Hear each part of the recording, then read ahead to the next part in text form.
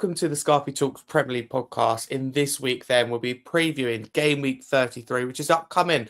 This has been done Saturday morning, so proper last minute ahead of what is a big game week. I think we're going to know a lot more when it comes to the title race and also relegation battle more than anything. Of course, we'll know a lot more throughout the table, top 4, top 6 battle for those two, both ends of the table in particular, with City facing Arsenal. Tottenham, Brighton could be huge, and the fact that Leeds and West Ham, big opportunities to win. What can Forest get as well? So it'll be a big one this weekend. I'm joined by just the one guest for today. I'm joined by Arsenal fan Matt, regular on the podcast. Matt, how you doing? Big game for your side this weekend? Yeah, we got a bit of momentum in terms of we got through to the semi-finals of the Champions League midweek, and I was there. But it's a massive game this weekend, and sort of I think everything lies upon it, really. Yeah, absolutely huge. But even despite your struggles, and I know we're getting into it, but the title could really be yours this weekend after all the noise of what's happened. So no need to get too carried away yet.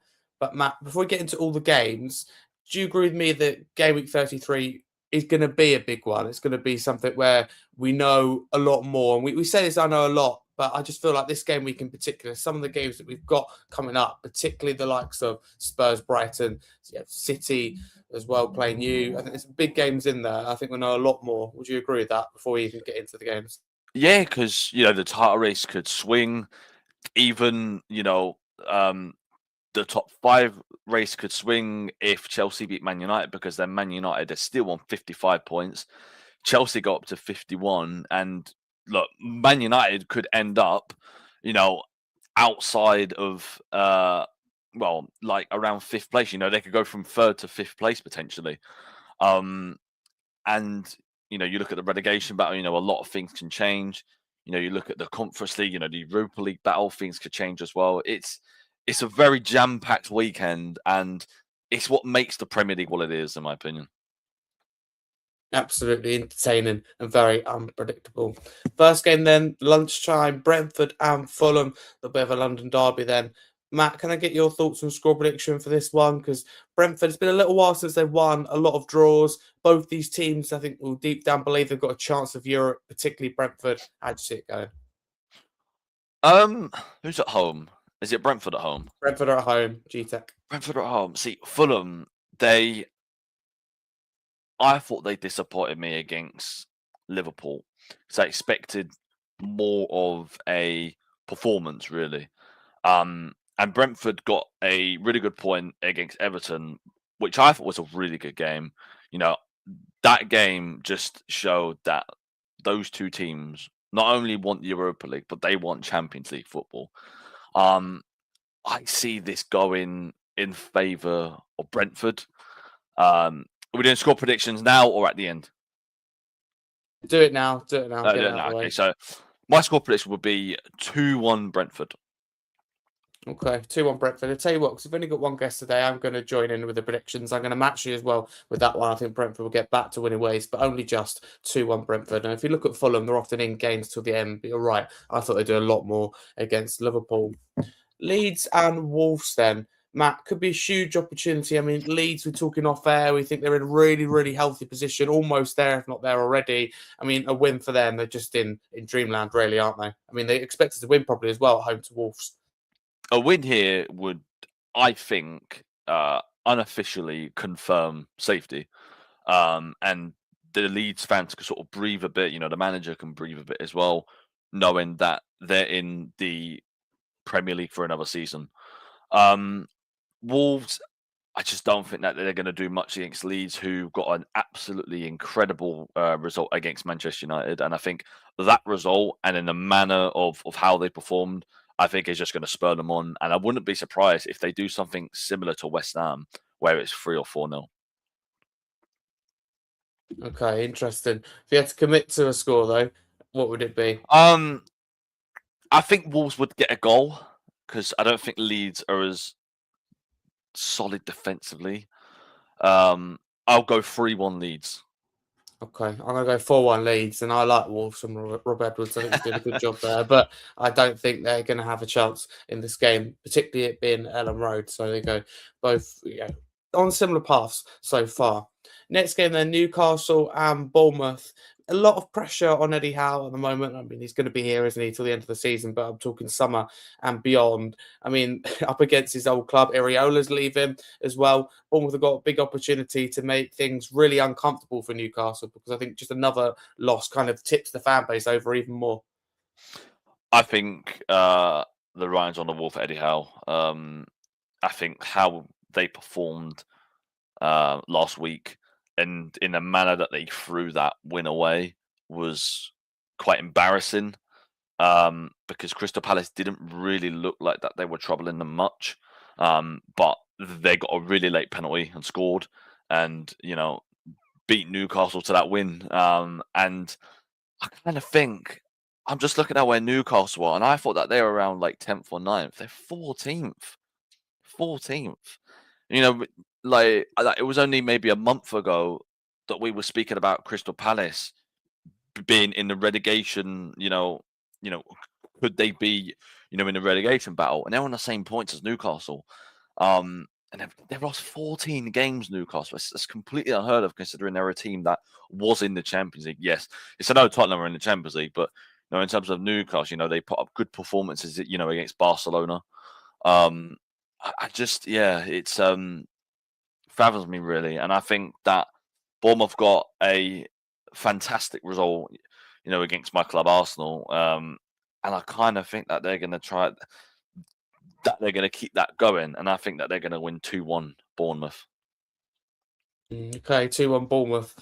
I'm going to say 3-1 Bournemouth. I'm convinced that they'll get a win as well, and things could be quite uncomfortable, I think. Bournemouth actually win this game, right? You could probably say that they're in a European battle race now, because they're on 45 points. They've got to win a and lot, if they win, they're in 48, and it's the same points as Chelsea.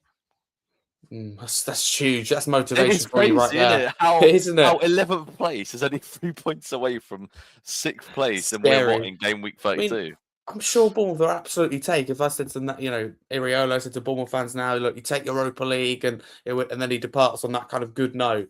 I mean, in a way, if he gets Europe, surely as a manager, a little bit be gutted. You don't get an opportunity, I would think, anyway, to manage your side that you've got into Europe, but still could leave on a real high. Just really quickly, on Bournemouth, they've been unbeaten for, I think, 11 games now, or 12 games now. Yeah, it's crazy. They drew 80% of those games. Imagine if they got 3 more wins. They would be somewhere around 4th place. Like, scary. Maybe their fans, feel, if we got on those, a couple of wins, we could be pushed for Champions League football. But, I think if they get, anything around 8th place, I think they'll be very, very happy. Very, very happy as a fan base. I do agree with you. I think they've been playing for draws, if I'm honest. I think they've realised they can see too many, and very similar to Tottenham under Ange Postecoglou, or even De Zerbi under Brighton, though he's Tottenham manager now, but very, very open, score a lot, but concede a lot, and they seem to be shut up shop just a little bit. Talking of both Spurs and Brighton, I did mention there, perfect. The next game is Spurs and Brighton. Matt, of course, an Arsenal fan, he'll be probably enjoying Tottenham at the moment and enjoying the downfall. But do you think Spurs have an opportunity to win in this game? Because you look at the form table, the form table suggests otherwise. The Spurs at the bottom of the form table, Brighton at the very top. We've seen that can sometimes, can work against what we think is going to happen. But how do you view this one? Fabian Hertzler taking his Brighton side here will be very confident. Look, I kind of think Tottenham are relegated personally. And I think that this game will sort of not confirm it, but sort of confirm my opinion that they're going to get relegated. And it is sad, because as an Arsenal fan, I look forward to the North London derbies. Literally, when the fixture list gets thrown out to everyone, the first game that I look for is that North London derby, and then the Manchester United game. Those 2 games for me, I absolutely love and adore. And if Tottenham do go down, I can't believe I'm saying this, but I'm not going to have a North London derby in the Premier League for at least a season, which is just unheard of. But just quickly on Brighton, I think Brighton are going to absolutely maul you guys. I do, because you guys are at home, but home doesn't even feel like home to you guys. it kind of feels more like, not in this way, but it kind of feels like a prison in a way, in that you know you're at home, but you're most likely going to lose. You have not not really any faith that you're going to win. Not really any faith that you're going to put in a good performance at home. And the form that Brighton are in, the position that they're in that they're yet another team that is in the European race, I think it's just going to further fuel them to want to get this win. Because I think they probably want this win more than Tottenham do, in that I kind of think the Tottenham fans and the Tottenham players have kind of resigned that they're probably going to get relegated. With Brighton, their fan base, their players are fired up. They know that European football is on the brink here. Like if they even get Conference League, they'll be absolutely ecstatic. They'll be over the moon with that, because I think that'll be one of the first. That would be, I want to say, the first time that they've ever been in a European competition. I might be so wrong, but I think that might be one of the first times. And I think they're going to win, and I think that they're going to put immense pressure on the likes of Chelsea, the likes of Brentford, to get wins, really. And I think it's going to be. I'm going to back Sky Sports Bet for what they're predicting. I think it's going to be 3-0 Brighton. Ouch. That's not good at all. Another 3 goal Zerbi against his old club. I think Fabian Hertzer is going to teach him a lesson, sort of thing. I can see that when you say it. As a Spurs fan myself, I can see that. I think, and correct me if I'm wrong, I think Brighton were in the Europa League under De Zerbi, and I think they crashed out against Roma. I could be wrong about that. I do remember them being. Yeah, have a look. I swear they crashed out to. I think they lost really, really badly in the end, maybe 4 or 5-0 to Roma. But yeah, they were. I believe they got there. But I think that's the only time, though. 2023 right after finishing 6th. Wow, I kind of fell apart. Didn't even know that. No, you forget about it. Yeah, I know. Yeah. It's just crazy. Yeah, it is. I mean, that's the thing. You have a manager that plays so crazy football and like crazy results. Sometimes that can be forgotten parts of it. But yeah, as a Spurs fan, I mean, of course, got to predict this game. I want to be positive, so I'm going to say 1-1, and that is me being as positive as I can be. Having said that, I've got a bad feeling in the sense of I think we'll go 1-0 up. I think it'll be all for all game. Brighton. I think in stoppage time, I think it's going to really hurt. They'll get an equaliser, which will feel like a defeat. I think it's going to be one of them where we think finally so close, but not quite there yet. I think that's the reality of the situation we're in. And usually I'd take a draw based on the fact that how Brighton are playing. But in our situation, I don't think you can take any as a draw. Even with Chelsea coming up, all these games, Villa, I don't think there's one where we're in the position. If you're in Leeds' position, you take a point. Even for us or West Ham, you can justify it. I don't think you can in ours. But what do you think that De Zerbi changes from Sunderland, or do you think he changes anything? It worries me because Romero's obviously injured for the season, so he's got to change that. But in terms of the midfield options, I personally think that he needs to start Xavi and he needs to start Bentancur, because I think Bentancur is now fit and available. He needs to start Bentancur. I think that it's really unfair relying on 2 young players in Gray and Bergvall in the midfield to drag Tottenham over, not to get relegated. And I personally don't think that that's going to work. I think that they need to rely on senior experienced players. They can't rely on young players, because I don't think it's fair on them, and I don't think it's fair on the senior players, because they should be held accountable.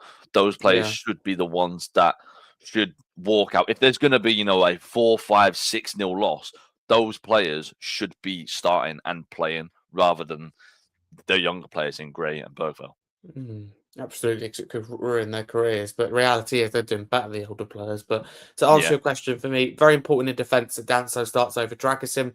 Dragusin's got a mistake in him. That's just a huge risk. I certainly can afford that. So Danso coming in for Romero, I'd say, yeah, please, absolutely do that. Kinski, will he be okay? I don't think he's got concussed. Will they take any risk with that? I haven't heard anything. I assume he would start. It doesn't look like a concussion, but that's something to bear in mind. But to answer your question about midfield, I'd much rather pack the midfield and have less attackers. Like we started 3 of our strikers all at once against Sunderland, hanging them out to dry in wrong positions on the wing.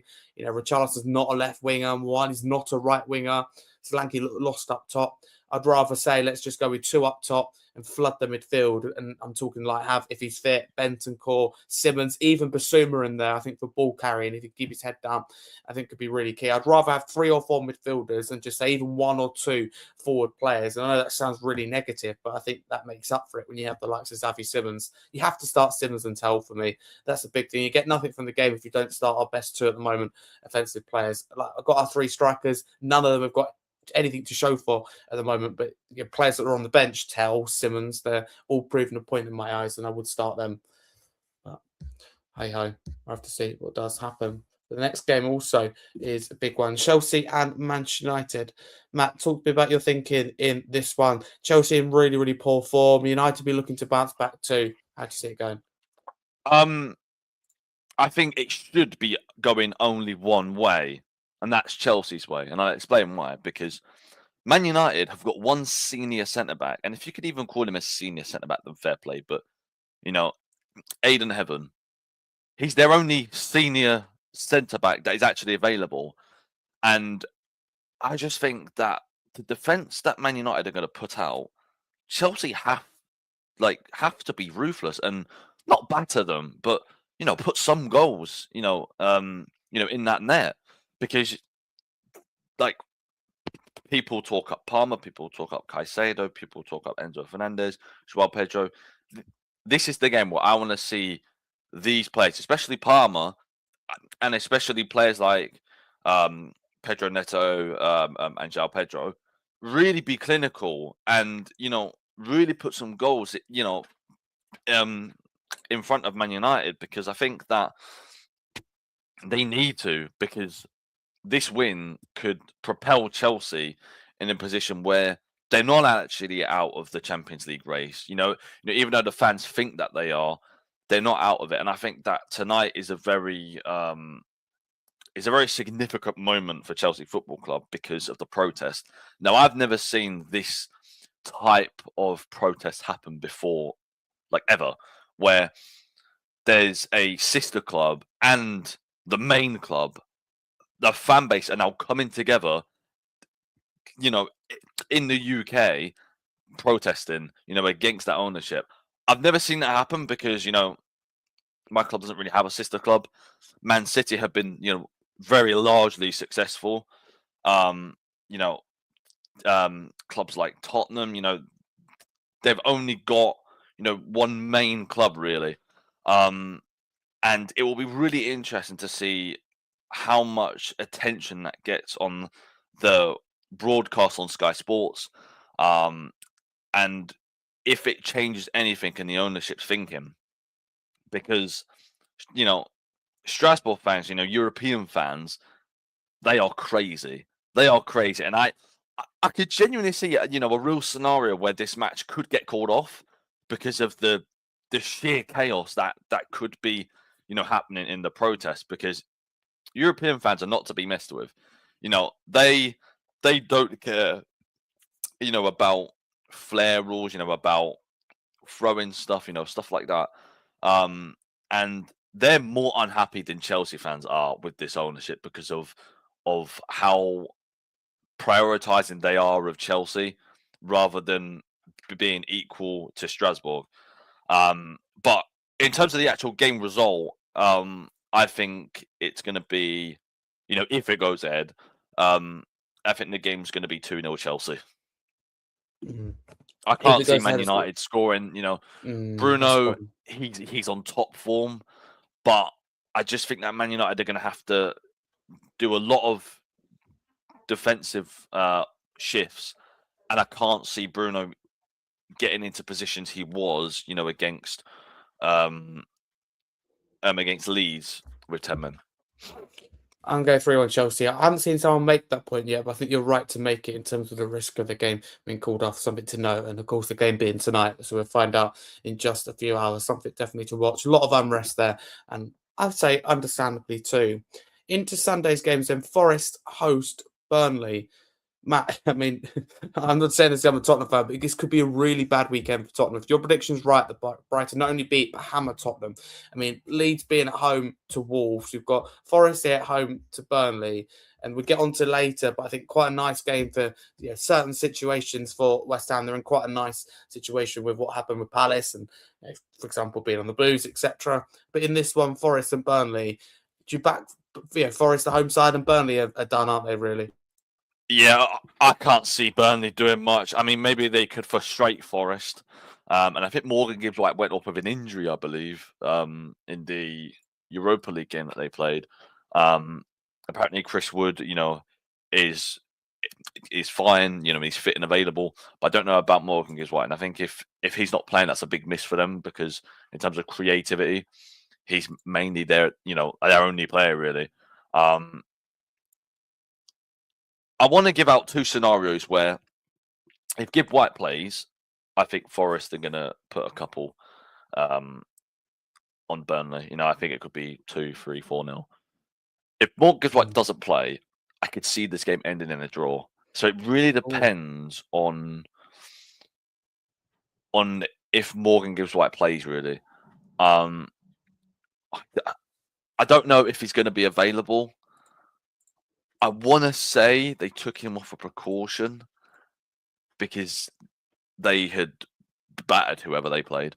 I'm going to go 2-0 Forest. Okay. I think Morgan Gibbs-White will play. Yeah, I'm going to agree with you with 2-0. I don't think there'll be any surprise. I agree with you that Gibbs-White will also start. I think there'll be no surprise there. A routine win for Forest. I don't think they have to get much out of second or third gear, if I'm honest about it. No disrespect to Burnley. They've shown fight at various times this year, but I do think they're down and out. Villa then against Sunderland. I never like saying someone's season's over, but Sunderland are in a nice position where they're just trying to get to a maximum points total, trying to get inside that top 10 more than anything. But it's a big one in particular for Aston Villa, and we spoke about, didn't we, off air and also on air about how closely congested it is, from kind of 11th, boom, upwards. So if Villa aren't careful, they drop points, then they are in trouble. And it comes off the back of, Villa doing really, really well in Europe. Yeah, this is an interesting game.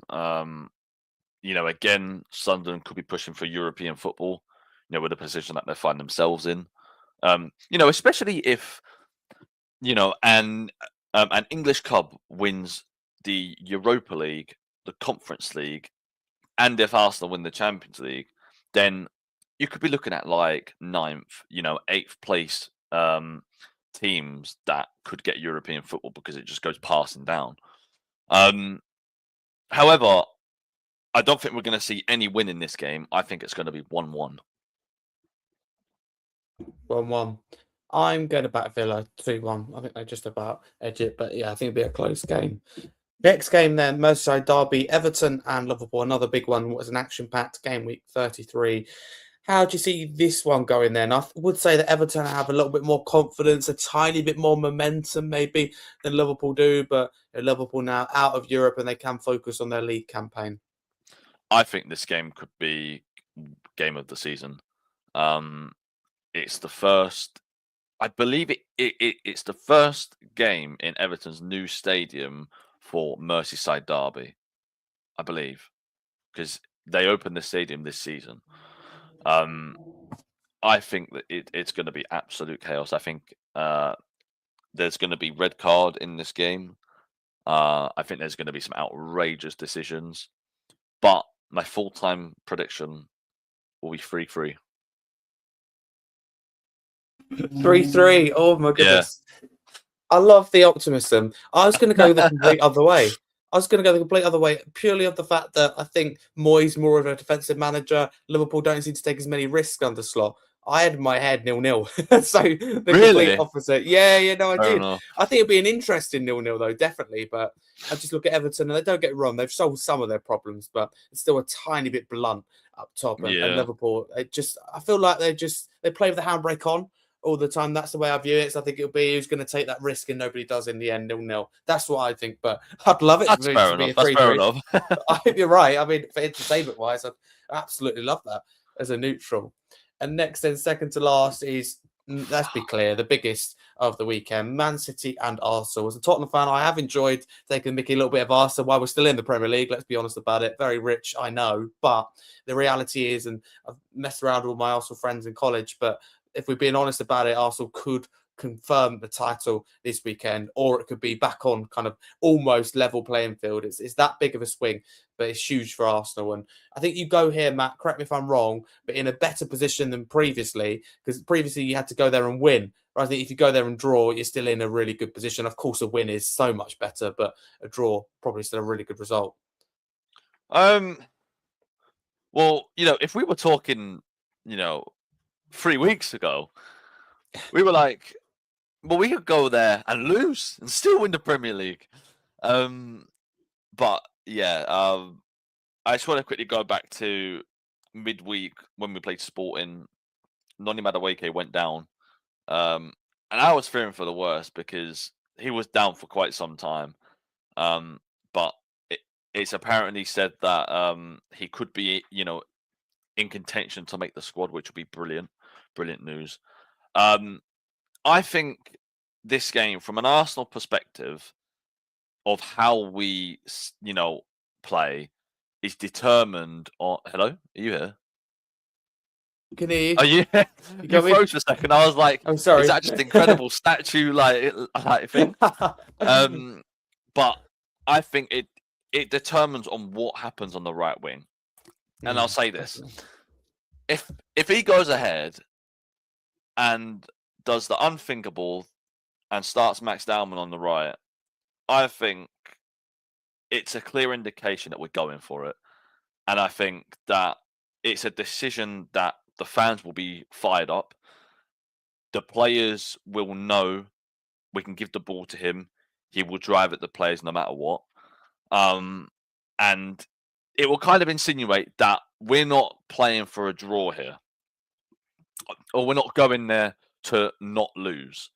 But I just can't see that happening. Not because, of his age and he's not good enough, but I think if we're being real, yes, he is part of the first team, and I will judge him on his performances. What I've seen from him is defensively. Look, call me hating on the kid, I don't care, but I will judge a player for the first team. If he's in the first team squad, and I will judge him on his performances. But defensively, he's a liability. He is, because he doesn't track back much, and I don't mind him losing the ball, if he, attempts to dribble at players, because that's what I want to see from my wingers. But tracking back, and in the way that I think the game's going to go, I think it would be sensible if we started Martinelli or Noni, if he's fit, on the right.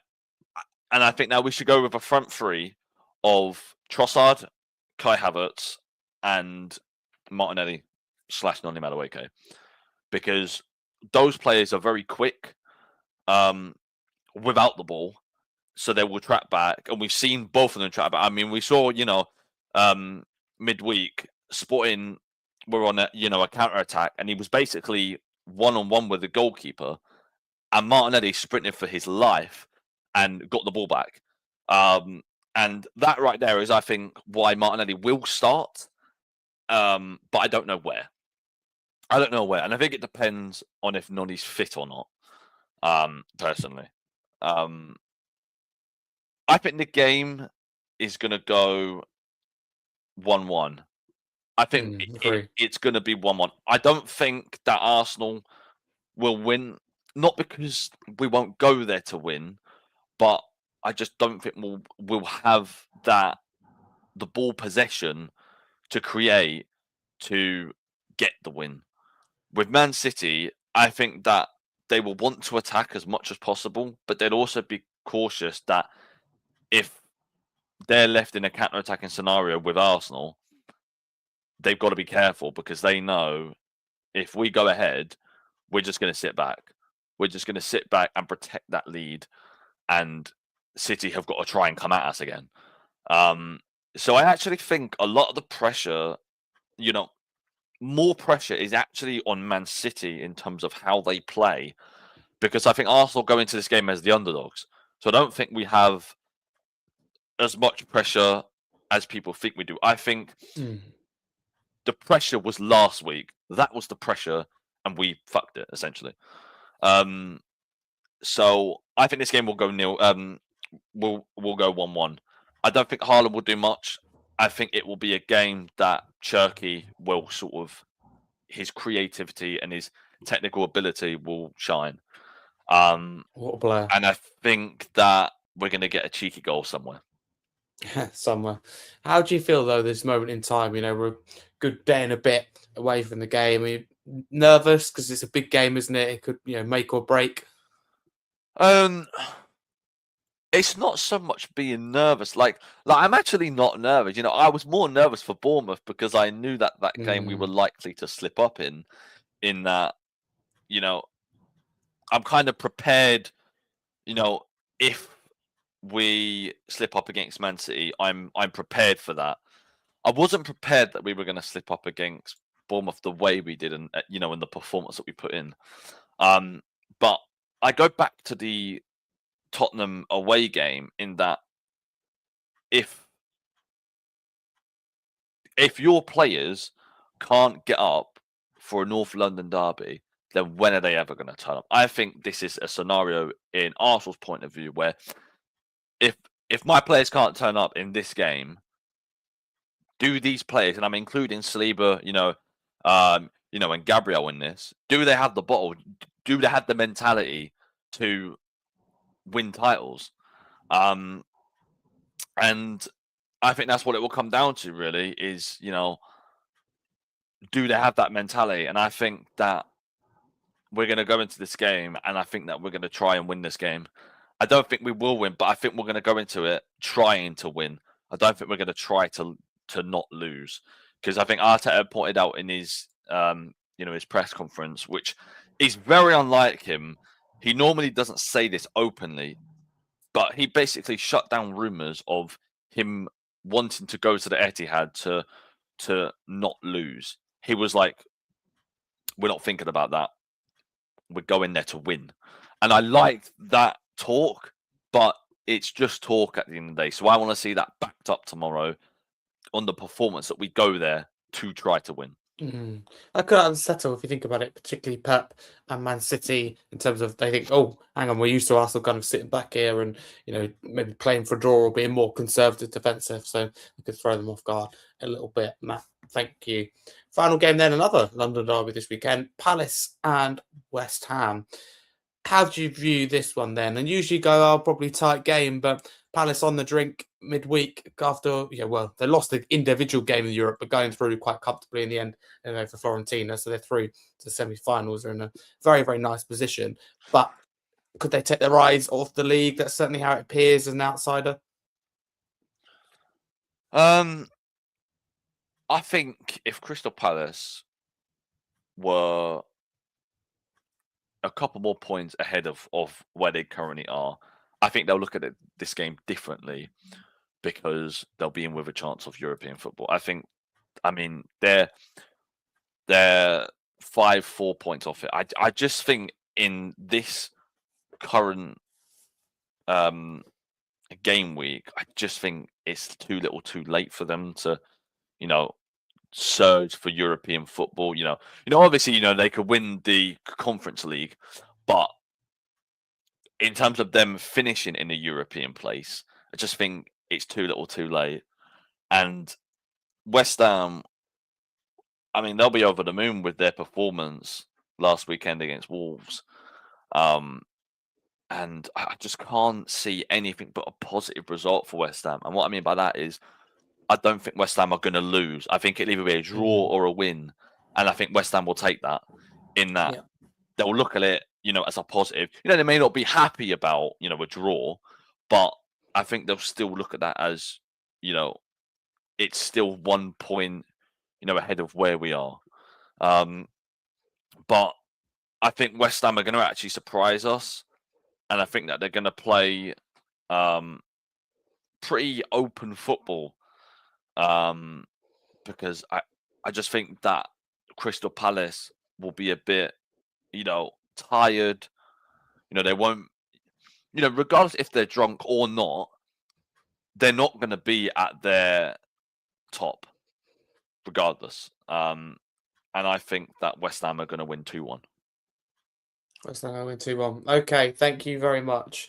I'm going to say that what's big in this one is that it's Monday night and Palace have got a little bit more time to recover. I actually think That's Palace true. win this. I think You Palace think win this. Palace win this?